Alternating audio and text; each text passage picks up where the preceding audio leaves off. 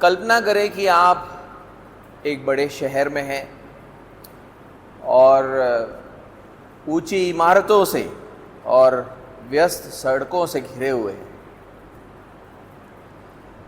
और आप जैसे इस शहर से होकर गुजर रहे हो, अचानक आप एक भीड़ भाड़ वाले इलाके में पहुंचते हो जहां पर आप पहले कभी नहीं गए। वहां आप खो जाते हो, अनजान सड़कें हैं और आप घबराहट महसूस करने लगते हो। क्या करें, कैसे घर पहुंचे?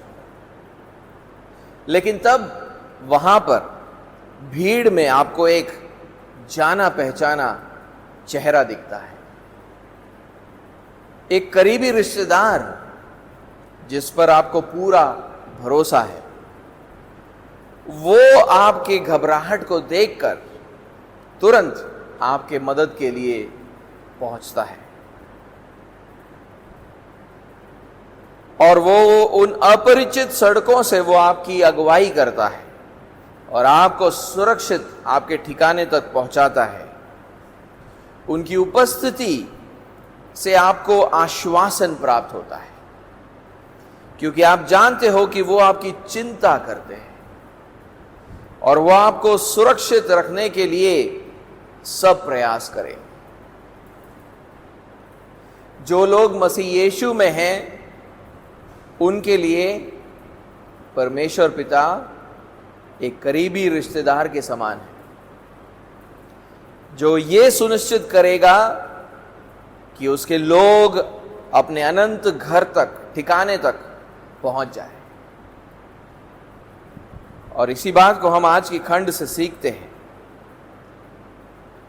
तो रूत का दूसरा अध्याय 20वीं आयत से 23वीं आयत तक मैं पढ़ूंगा, आप मेरे साथ पढ़िए। नओमी ने अपनी बहू से कहा, वो यहोवा की ओर से आशीष पाए, क्योंकि उसने न तो जीवित पर से और न मरे हुओं पर से अपनी करुणा हटाई। फिर नओमी ने उससे कहा, वह पुरुष तो हमारा एक कुटुंबी है या रिश्तेदार है, वरन उनमें से है जिनको हमारी भूमि छुड़ाने का अधिकार है। तब रूत मोआबिन बोली, उसने मुझसे यह भी कहा, जब तक मेरे सेवक मेरी सारी कटनी पूरी ना कर चुके तब तक उन्हीं के संग संग लगी रहे।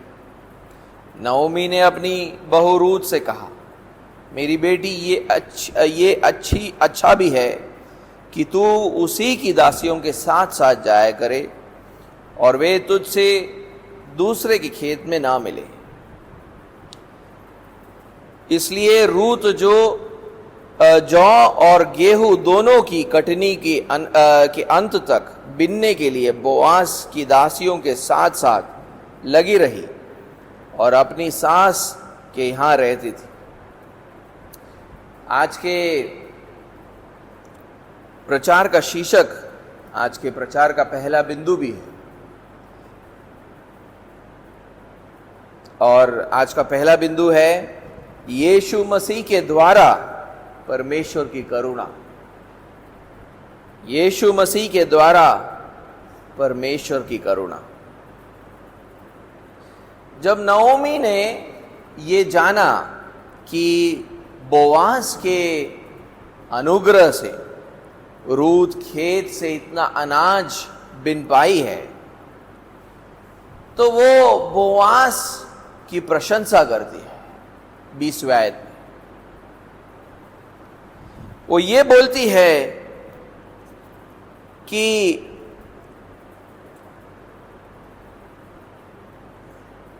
उसने उसके प्रति और उसके कुटुंब के मरे हुए सदस्यों के प्रति जिस करुणा को दर्शाया है, उसके लिए यहोवा उसको आशीष दे। 20वीं आयत के पहले भाग में लिखा है, वह यहोवा की ओर से आशीष पाए, क्योंकि उसने न तो जीवित पर यानी वो अपने बारे में बात कर रही है, न तो जीवित पर और न मरे हुए पर, अर्थात उसके पति, मरे हुए पति और दोनों बेटों के बारे में बात कर, और न मरे हुए पर से अपनी करुणा हटाई। अब ये जो वहां पर बोआज के करुणा की बात हो रही है, तो करुणा जो शब्द है वो इब्रानी शब्द हेसेद से आता है। हेसेद, इसको इंग्लिश में लविंग काइंडनेस या स्टेडफास्ट लव करके कहते हैं। इसका अर्थ ये है कि परमेश्वर अपने लोगों को उनके सारे संकटों से बचाता है और उनके जीवन को सदा के लिए बनाए रखता है। फिर से कहूंगा, करुणा का अर्थ क्या है? करुणा का अर्थ यह है कि परमेश्वर अपने लोगों को सारे संकटों से बचाता है और उनके जीवन को सदा के लिए बनाए रखता है। हिंदी अनुवाद कभी कभी उसे कृपा भी कहता है, करुणा या कृपा भी कहता है। भले नओमी बोआज के करुणा के लिए उसकी प्रशंसा करती है, लेकिन असल में वो करुणा कहां से आई थी? असल में वो करुणा परमेश्वर की ओर से आई थी। जब फसल नहीं निकला इज़राइल देश में, जब अकाल पड़ा, तो नओमी और उसके परिवार ने क्या किया? वो मोआब देश जाकर रहने का निर्णय करते हैं।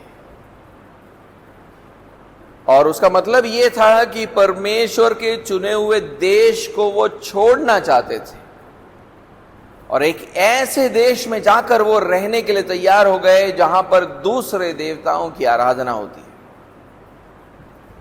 इसीलिए जैसे ही वो लोग वहां पर पहुंचते हैं, नओमी के पति और उसके दोनों बेटों की मृत्यु हो गई और वो अपने दोनों बहुओं के साथ एक अनजान देश में रह रही थी। परमेश्वर उससे विश्वास में भटकने के लिए ताड़ना दे रहा था। उसके पति और उसके दोनों बेटों की जान लेकर वो नओमी को ताड़ना दे रहा था। लेकिन परमेश्वर ने इज़राइल देश में फिर से रोटी उत्पन्न किया और वहां से ही कहानी फिर बदलनी शुरू होती है नओमी और रूत की। इज़राइल देश में फिर से रोटी उत्पन्न करके नओमी को उसके संकटों से बचाने के लिए परमेश्वर ये प्रावधान करता है। इसका मतलब ये नहीं है कि सिर्फ नओमी के लिए परमेश्वर ने वो किया। परमेश्वर जो कुछ भी करता है उसके अनेक उद्देश्य हो सकते हैं, लेकिन उसमें से एक उद्देश्य ये था कि वो नओमी को उसके संकट से बचाना चाहता था। इसलिए वो एक प्रावधान करता है, वो फिर से इज़राइल देश में रोटी उत्पन्न करता है। और अगर वो इज़राइल देश में लौटने का निर्णय करती है और परमेश्वर का दिया हुआ वो रोटी स्वीकार करती है, तो फिर एक और बार परमेश्वर की करुणा उस पर होगी। अभी उसके जीवन पर संकट है, उसका पति मर चुका है, उसके 2 बेटे मर चुके हैं। अगला कौन? उसके जीवन पर एक संकट खड़ा है। उस संकट से बचाने के लिए परमेश्वर इस प्रावधान को करता है।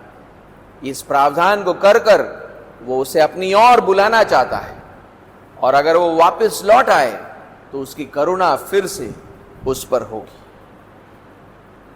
इसलिए जब बोआज ने उसके बहू को अपने खेत में बिनने की अनुमति दी और वो अनाज लेकर नओमी के पास पहुंचती है, तो वो केवल अनाज नहीं था, वो परमेश्वर की करुणा थी जो नओमी तक फिर पहुंची थी। नओमी की कहानी इस दुनिया के आत्मिक अवस्था को दर्शाता है। मानव जाति अनेक संकटों में है क्योंकि वो पाप का दास बन चुका है।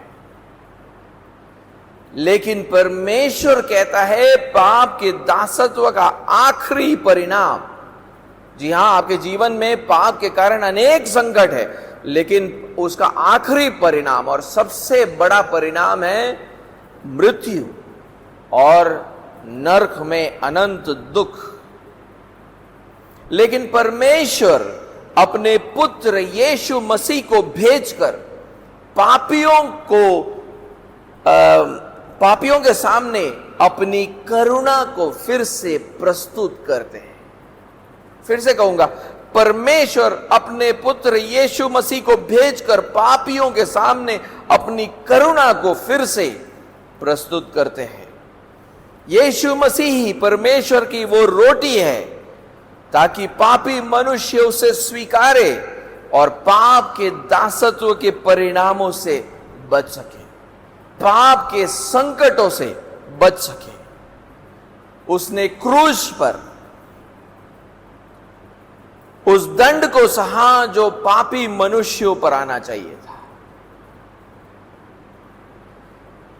उनके जगह पर खड़े होकर दुख उठाया, परमेश्वर के क्रोध को सहा और मृत्यु का अनुभव किया। और उस बलिदान के कारण क्या होता है? इसलिए जब भी कोई पापी उस पर विश्वास करता है तब परमेश्वर उसे पाप के दासत्व से उत्पन्न होने वाले संकटों से बचाने लगता है। परमेश्वर का यह प्रावधान है। यीशु मसीह, इसे स्वीकारो, इसके बलिदान के कारण मैं तुम्हारे पापों को क्षमा करूंगा और मैं तुम्हें सिद्ध बनाऊंगा उसमें, और मैं अपनी करुणा फिर से तुम पर करूंगा।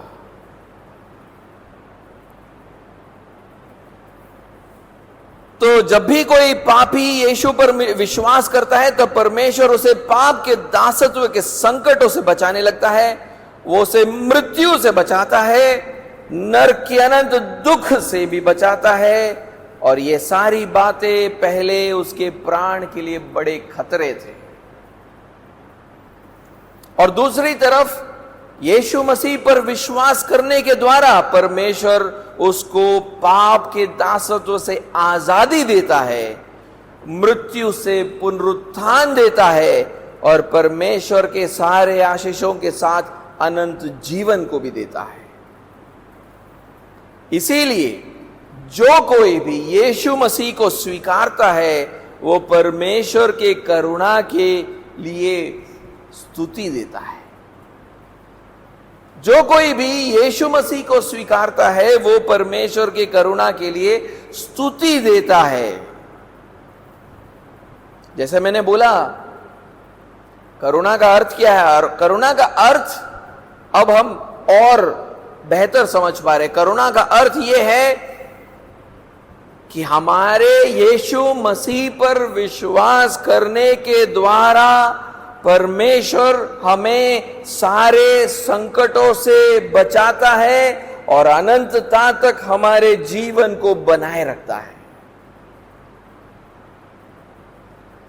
दूसरे शब्दों में कहूं तो जो कोई भी यीशु मसीह पर विश्वास करेगा उनके प्रति हमेशा के लिए परमेश्वर विश्वास योग्य रहेगा।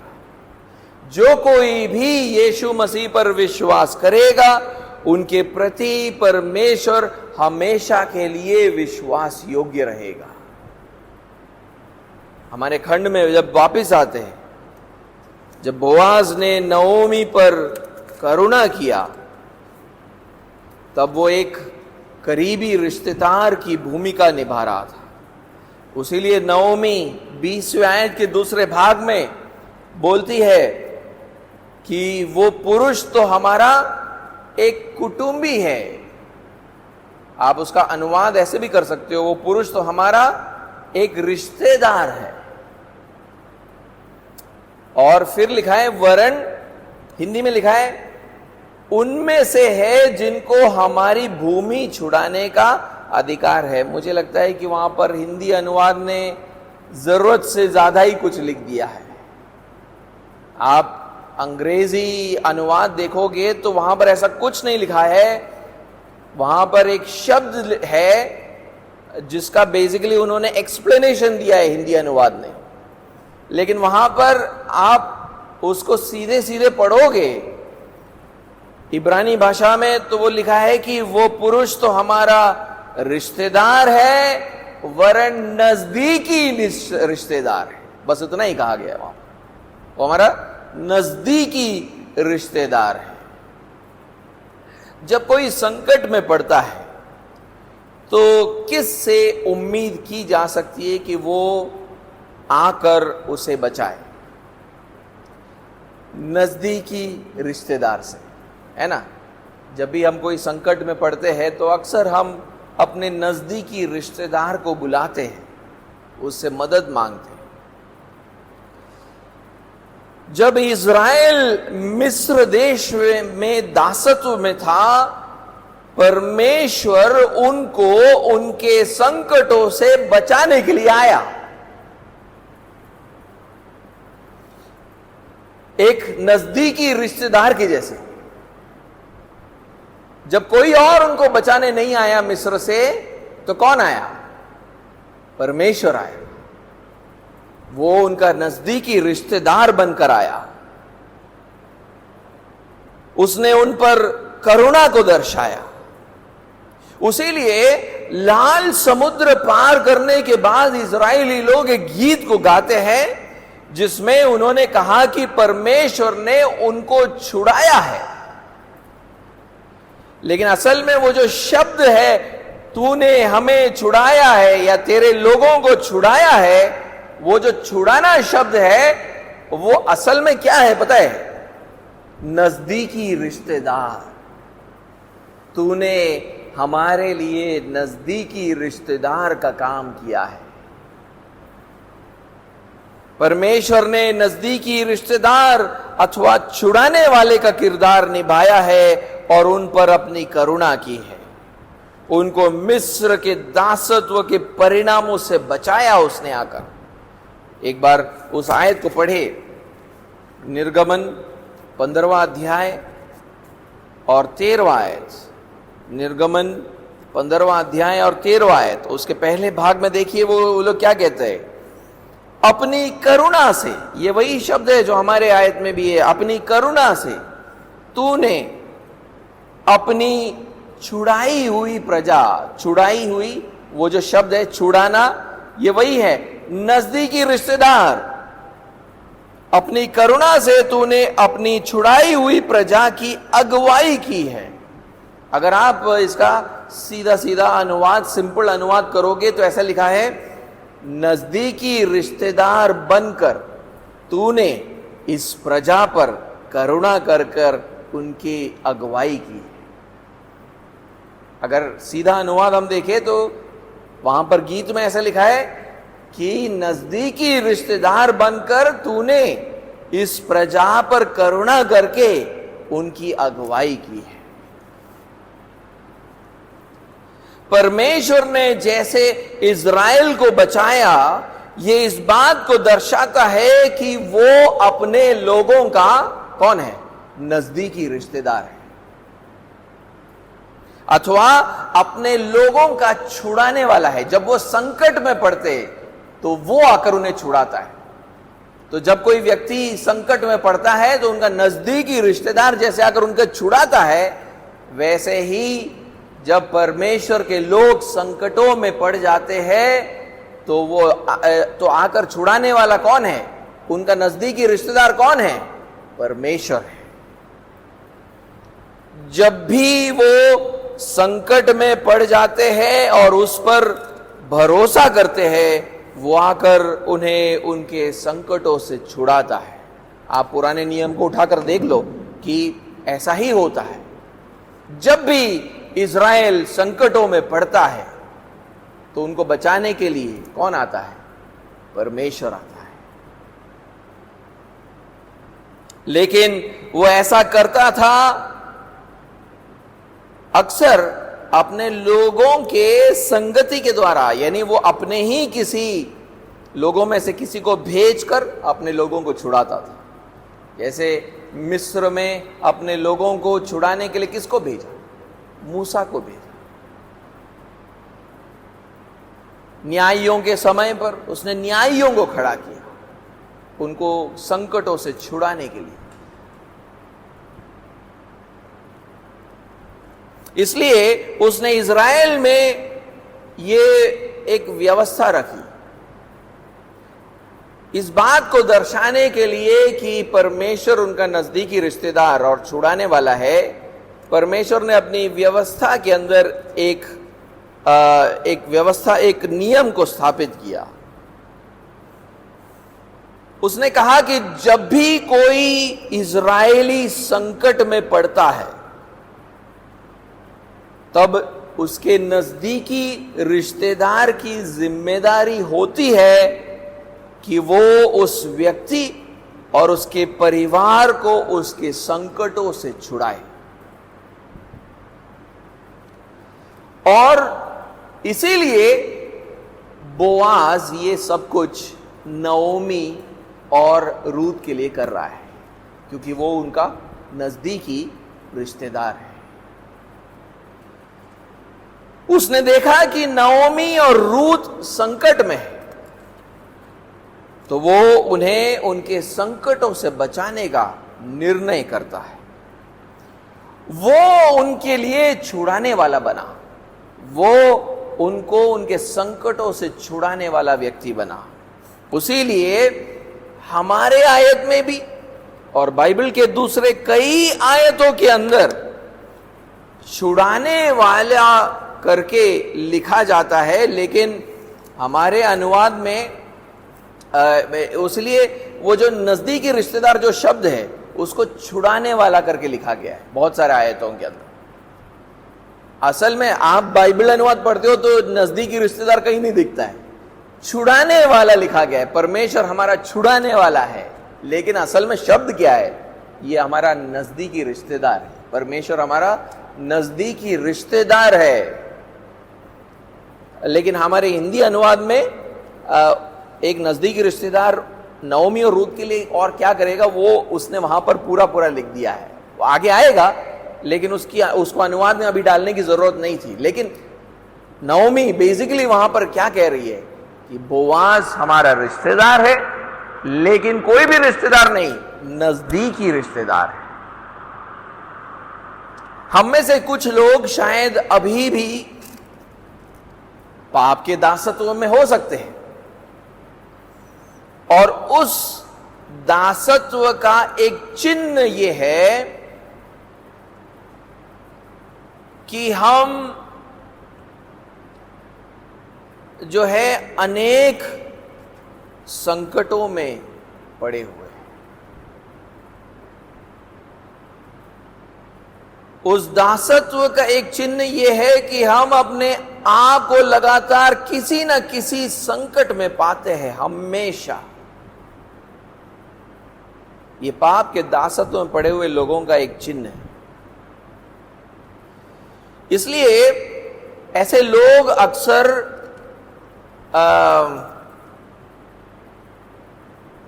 आने वाले दिनों के बारे में बहुत ही अनिश्चित रहते हैं, क्योंकि उनके जीवन में इतने संकट है, उनको पता नहीं कि आगे क्या होने वाला है। उनकी भविष्य में उनको कोई आशा नहीं दिखती।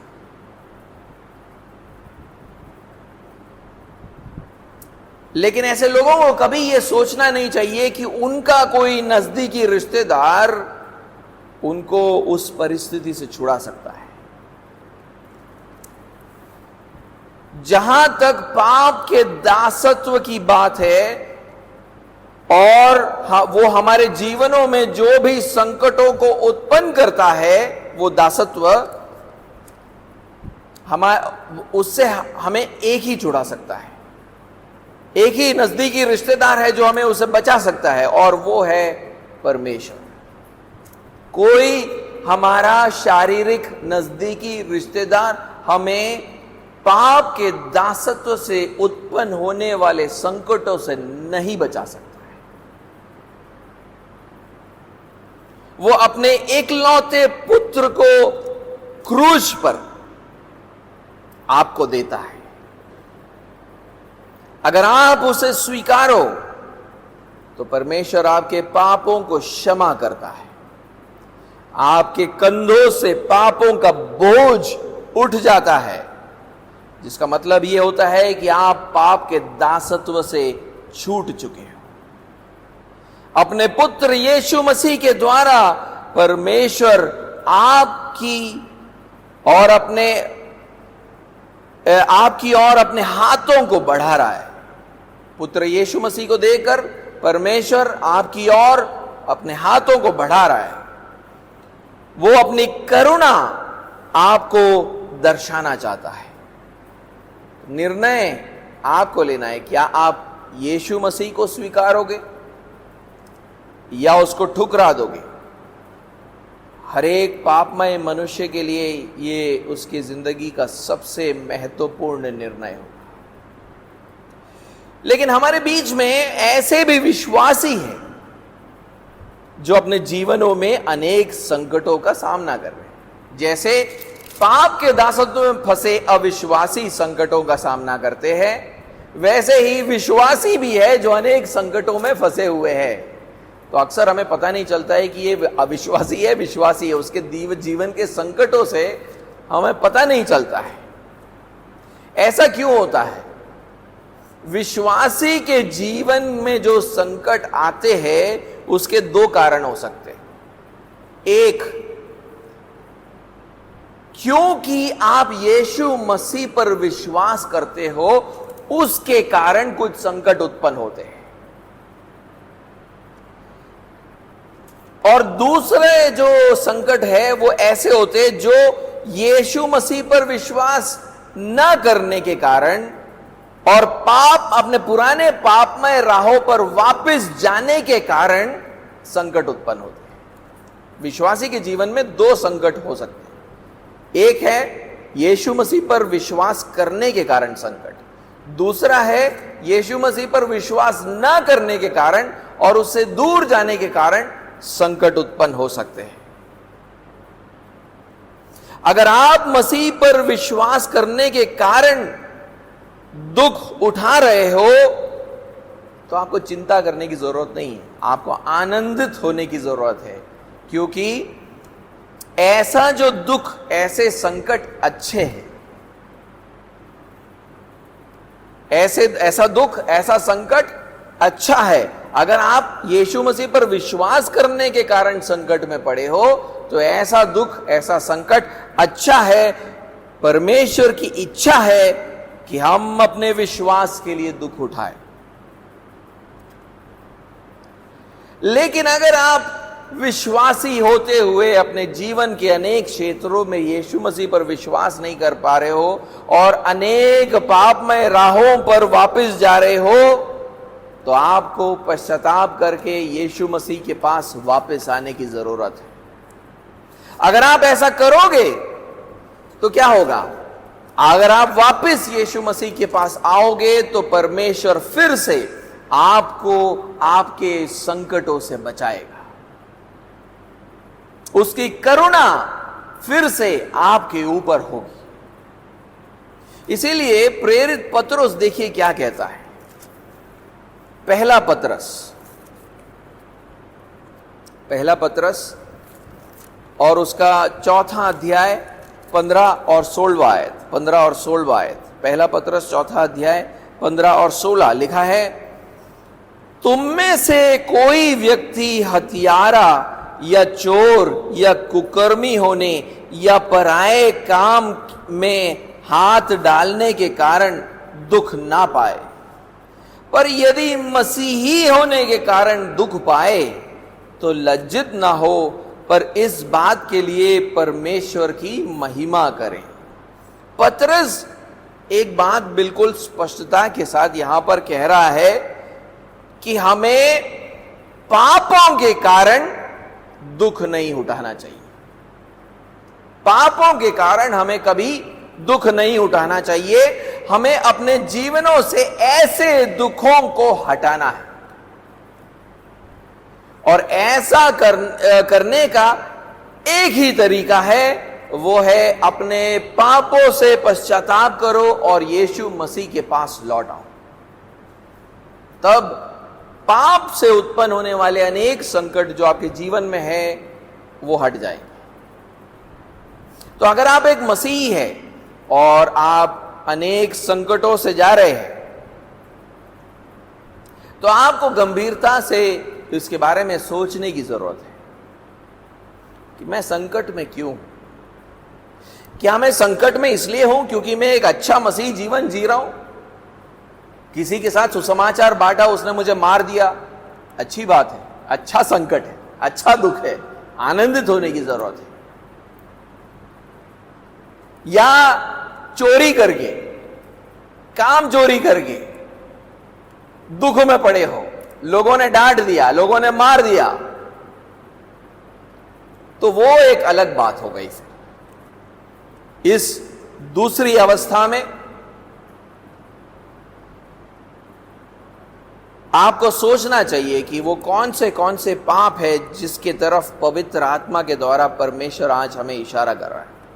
जरूर हमारे जीवन में ऐसे पाप है जिसको हम जानते हैं, हम कर रहे हैं, जिसके कारण अनेक संकट आपके जीवन में है, और परमेश्वर उसके बारे में बार बार पवित्र आत्मा के द्वारा आपसे बात कर रहा है, लेकिन अभी तक आपने पश्चाताप किया नहीं है, आप यीशु मसीह के पास लौटे नहीं हो। तो हमें सोचने की जरूरत है कि जीवन के उस क्षेत्र में मैं कैसे यीशु मसीह की तरह बन जाऊं। जब आप यीशु मसीह के पास लौटोगे तो क्या होगा? परमेश्वर आपको उस संकट से बचा लेगा। उसकी करुणा आपके ऊपर होगी। तो यीशु मसीह के पास लौट आओ और उससे मजबूती से थामे रहोगे तो अनेक संकटों से बच जाओगे। क्योंकि आप यीशु मसीह से दूर जा चुके हो, आपके जीवन में अनेक संकट आ रहे हैं। तो यीशु मसीह के द्वारा ही आप परमेश्वर की करुणा का अनुभव कर सकते हो। वो मेरा पहला बिंदु था। दूसरा बिंदु, परमेश्वर की करुणा की परिपूर्णता के लिए मसीह यीशु पर विश्वास करते जाओ। परमेश्वर की करुणा की परिपूर्णता के लिए मसीह यीशु पर विश्वास करते जाओ। जब रूत नओमी के इन पहले शब्दों को सुनती है जो उसने 20वें आयत में कहा, तब उसने 21वें आयत में रूत ने नओमी को बोआज के बारे में कुछ और भी बताया। उसने कहा, रूत कहती है कि बोआज ने मुझसे कुछ और भी कहा। क्या कहा? वहां पर लिखा है 21वें आयत में, जब तक मेरे सेवक मेरी सारी कटनी पूरी न कर चुके तब तक उन्हीं के संग संग लगी रहे। बोआज एक नजदीकी रिश्तेदार अथवा छुड़ाने वाले की भूमिका निभा रहा था। वो समझता था कि नओमी और उसका कुटुंब उसकी जिम्मेदारी है। उसका पति नहीं है, उसके बेटे मर चुके हैं, अब उनकी देखभाल की जिम्मेदारी उसकी है। वो ये भी समझता था कि रूत अगर उसके कटनी में अनाज बीने तो ही वो अधिक अनाज पा सकती है। वो ये भी समझता था कि रूत अगर उसके सेवकों के साथ बीने तो ही वो अधिक अनाज पा सकती है। ध्यान दीजिए कि वो कैसे सर्वनामों का प्रयोग वहां पर करता है। वो कहता है, मेरे सेवक, मेरी कटनी। नओमी के कुटुंब के प्रति अपने करुणा को दर्शाने के लिए वो रूत से कहता है कि वो उसके सेवकों के संग संग रहे जब तक वो उसकी सारी कटनी को पूरा ना कर ले। और नओमी ने समझ लिया कि बोआज ने रूत से ऐसा क्यों कहा होगा। नओमी 22वें आयत में रूत से कहती है, मेरी बेटी, ये अच्छा भी है कि तू उसी की दासियों के साथ साथ जाया करे और वे तुझसे दूसरे के खेत में ना मिले। या ऐसा लिखा है वहां पर कि दूसरे खेतों में कोई तुझसे दुर्व्यवहार ना करे, तो दूसरे खेतों में मत जाना। अगर रूत किसी और पुरुष के खेत में जाती, सोच कर देखो, बोआज के खेत में नहीं जाती, किसी और पुरुष के खेत में जाती, तो वो पुरुष तो उनका नजदीकी रिश्तेदार नहीं है, छुड़ाने वाला नहीं है, तो उसका व्यवहार कैसा होगा रूत के प्रति? उसका रूत के प्रति व्यवहार भी ऐसा ही होगा। उसकी करुणा नओमी और उसके परिवार पर नहीं होगी, क्योंकि वो उसका नजदीकी रिश्तेदार नहीं है। वो क्यों उनको संकटों से बचाए? इसलिए उसके सेवक भी रूत के साथ अच्छा व्यवहार नहीं करेंगे। अगर वो किसी और पुरुष के खेत में जाती है तो उसके सेवक रूत के साथ अच्छा व्यवहार नहीं करेंगे। उसीलिए नओमी उसे चिताती है कि दूसरे खेत के लोग उसके साथ बुरा व्यवहार करेंगे तो वहां मत जाना, और अगर वो जाएगी तो वहां पर वो अनाज नहीं बिन पाएगी। फिर से ये जो है एक आत्मिक सत्य को दर्शा रहा है। मसीह यीशु में परमेश्वर हमारा नजदीकी रिश्तेदार है, हमारा छुड़ाने वाला है। परमेश्वर जानता है कि उसकी जिम्मेदारी है कि वो हम पर करुणा करे, क्योंकि अब हम यीशु मसीह के ऊपर विश्वास कर चुके हैं, तो परमेश्वर जानता है कि हम उसकी जिम्मेदारी है। लेकिन वो ये भी जानता है कि हम उसके करुणा का अधिक अनुभव तभी कर पाएंगे जब हम यीशु मसीह में विश्वास करते रहेंगे। यीशु मसीह में अगर विश्वास नहीं करते रहेंगे तो परमेश्वर की करुणा हम पर बनी नहीं रह सकती। और परमेश्वर यह भी जानता है कि हम यीशु मसीह पर विश्वास करते रह पाएंगे कब? अगर हम उसके लोगों के साथ संगति में बने रहेंगे तो, नहीं तो हम यीशु मसीह के विश्वास में नहीं बने रह पाएंगे। उसीलिए पौलुस एफेसियों के किताब के अंदर लिखता है कि कैसे मसीह यीशु में परमेश्वर पापियों का उद्धार करता है और एक दिन उन्हें अपनी करुणा की पूर्णता का अनुभव कराएगा। वो लिखता है कि कैसे मसीह यीशु में परमेश्वर पापियों का उद्धार करता है और एक दिन अपनी करुणा की पूर्णता का अनुभव उन्हें कराएगा। अर्थात उसकी करुणा की सारी कटनी का अनुभव हम एक दिन करेंगे। एफेसियों का दूसरा अध्याय एक बार पढ़े, एफेसियों का दूसरा अध्याय और उसके चौथे आयत से 7वें आयत को पढ़े। परंतु परमेश्वर ने जो दया का धनी है, अपने उस बड़े प्रेम के कारण जिससे उसने हमसे प्रेम किया, जब हम अपराधों के कारण मरे हुए थे, तो हमें मसीह के साथ जिलाया। तो यानी हमें नया जीवन दिया। कैसे? मसीह यीशु पर विश्वास करने के द्वारा हमें नया जीवन दिया। अनुग्रह ही से तुम्हारा उद्धार हुआ है और मसीह यीशु में उसके साथ उठाया। तो मसीह यीशु में उसने हमें स्वर्गीय स्थानों में बिठाया, यानी उसका जो अधिकार है वो हमें दिया है। उसके ऊपर जो आशीषें हैं वो हमारी भी आशीषें हैं। और स्वर्गीय स्थानों में उसके साथ बैठाया कि मतलब ये हो गया कि आप जब मसीह यीशु के साथ स्वर्गीय स्थानों में बैठ जाते हो तो ये जो शैतानी ताकत है जो आपके जीवन में संकटों को लेकर आती है, शैतान जो आपके जीवन में अनेक संकटों को लेकर आती है, उसके ऊपर आप एक विजय जीवन जी पाते हो। आप संकट आप पर हावी नहीं होते हैं।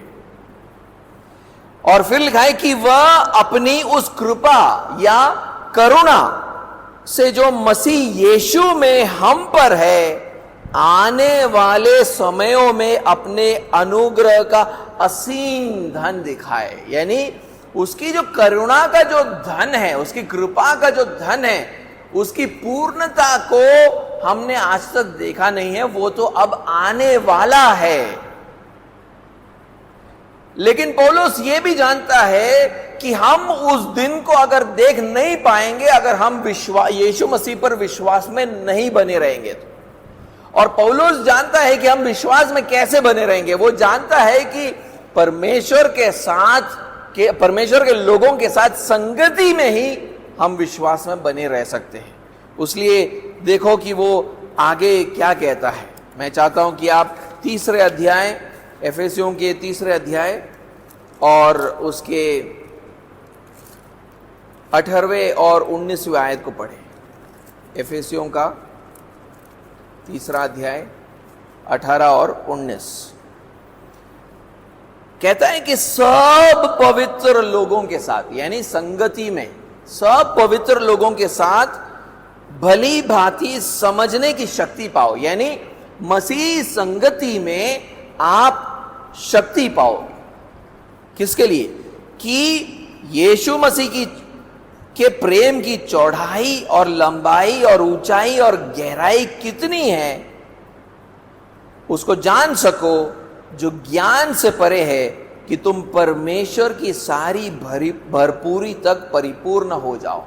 यानी संगति में आप यीशु मसीह के प्रेम को जान पाओगे, आपका विश्वास यीशु मसीह पर बना रहेगा, तब जाकर आप एक दिन परमेश्वर की कृपा, उसकी करुणा के परिपूर्णता का अनुभव कर पाओगे। तो आप समझ रहे हैं यहां पर क्या हो रहा है।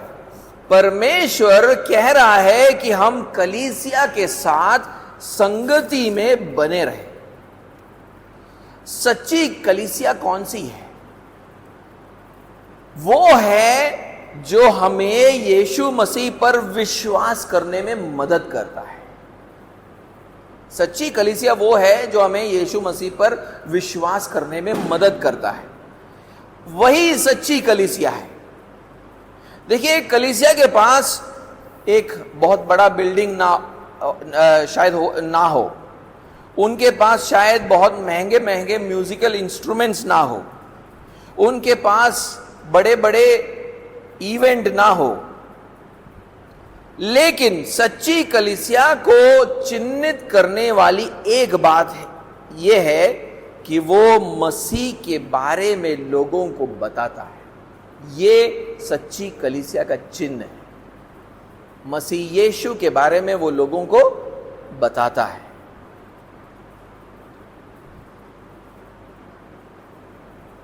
हर बार जब आप ऐसी कलीसिया के मीटिंगों को अटेंड करोगे तो आप मसीह के प्रचार को सुनोगे।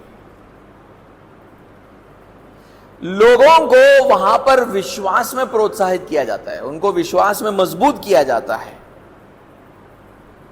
वहां के सदस्यों में आप मसीह यीशु के चरित्र और उनकी सेवकाइयों को आप देख पाओ।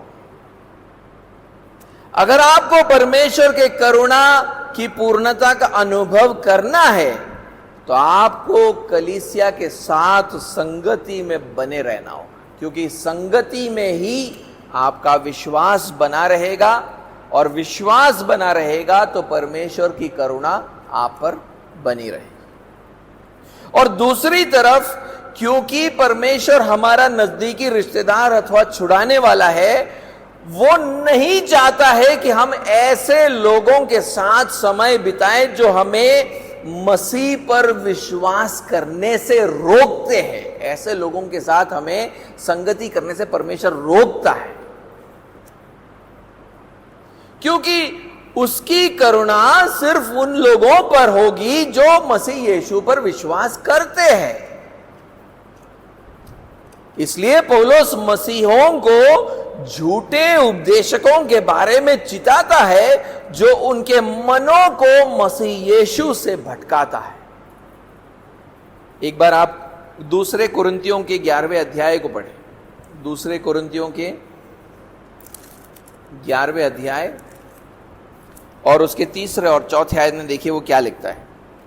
परंतु मैं डरता हूं, तो कलीसिया से लिखा बोल रहा है, परंतु मैं डरता हूं कि जैसे सांप ने अपनी चतुराई से हव्वा को बहकाया, वैसे ही तुम्हारे मन उस सिधाई और पवित्रता से जो मसीह के साथ होनी चाहिए कहीं भ्रष्ट ना किए जाएं। यदि कोई तुम्हारे पास आकर किसी दूसरे यीशु का प्रचार करे जिसका प्रचार हमने नहीं किया, या कोई और आत्मा तुम्हें मिले तो जो पहले न मिला था, या और कोई सुसमाचार सुनाए जिसे तुमने पहले न माना था, तो तुम उसे सह लेते हो। वो डांट रहा है वहां पर कलीसिया को, कैसे तुमने ऐसे लोगों को एंटरटेन कर लिया जो आपको किसी और ही यीशु मसीह की कहानी सुनाते हैं। देखिए, झूठे उपदेशक किसी और मसीह का प्रचार करते हैं, एक ऐसा मसीह जो प्रेरितों के शिक्षा के अनुसार नहीं है, एक ऐसा मसीह जो बाइबल के अनुसार नहीं है। और इन झूठे उपदेशकों के पीछे काम करने वाला कौन है? शैतान खुद है।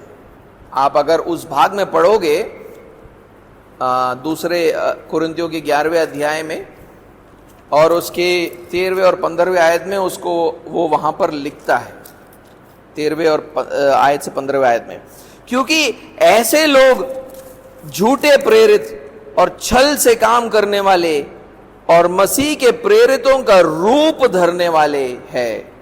ये कुछ अचंभे की बात नहीं, क्योंकि शैतान आप भी ज्योतिर्मय स्वर्गदूत का रूप धारण करता है। इसलिए यदि उसके सेवक भी धर्म के सेवकों का रूप धरे तो कोई बड़ी बात नहीं, परंतु उनका अंत उनके कामों के अनुसार होगा। उसीलिए हमें अक्सर अपने आप से यह सवाल करना चाहिए कि हम जिन लोगों के साथ समय व्यतीत करते हैं, क्या वो हमें मसीह के प्रति और लवलीन होने में मदद करते हैं या मसीह से हमें दूर ले जाते हैं? बहुत से ऐसे लोग हैं जो मसीह यीशु का नाम जरूर लेते हैं, लेकिन क्या वो बाइबल के मसीह की बात कर रहे हैं? क्या वो मसीह की शिक्षा बाइबल से देते हैं या बाइबल बंद रख के मसीह यीशु के बारे में बताते हैं? अगर उनके बाइबल बंद है तो वो अपनी इच्छाओं के अनुसार, अपने सोच के अनुसार, अपनी मनगढ़ंत कहानियों के अनुसार एक नए मसीह यीशु को खड़ा कर रहे हैं।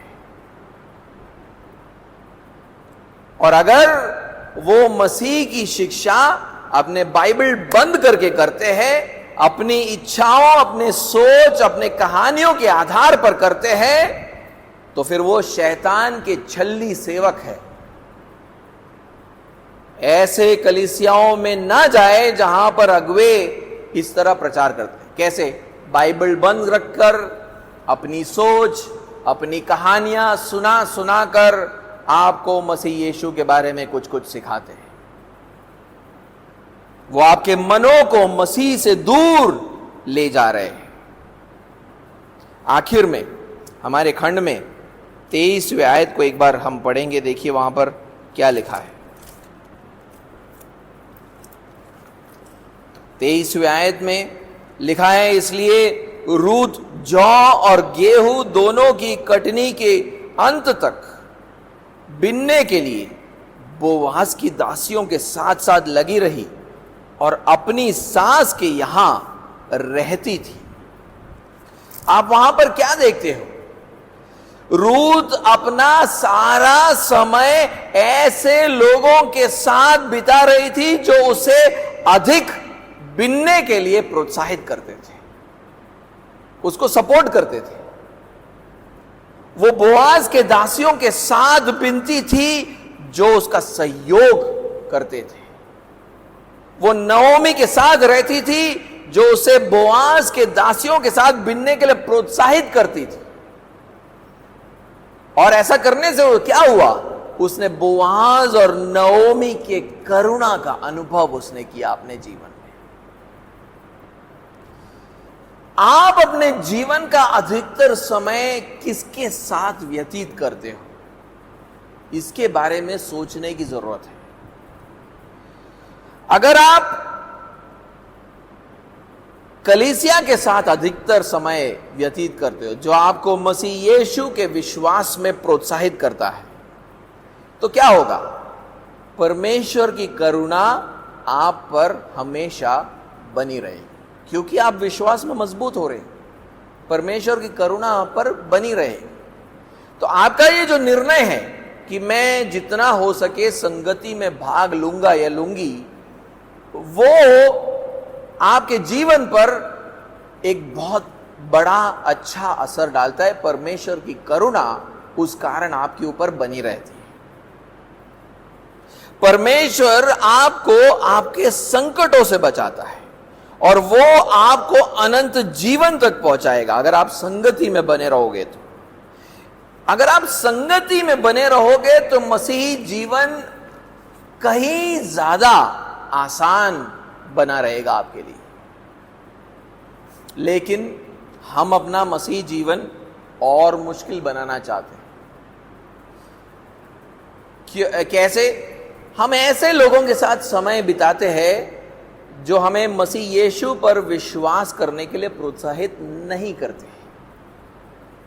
और जब हम ऐसे लोगों के साथ समय को व्यतीत करते हैं तो क्या हो रहा है, हम धीरे धीरे करके मसीह यीशु से दूर जा रहे हैं।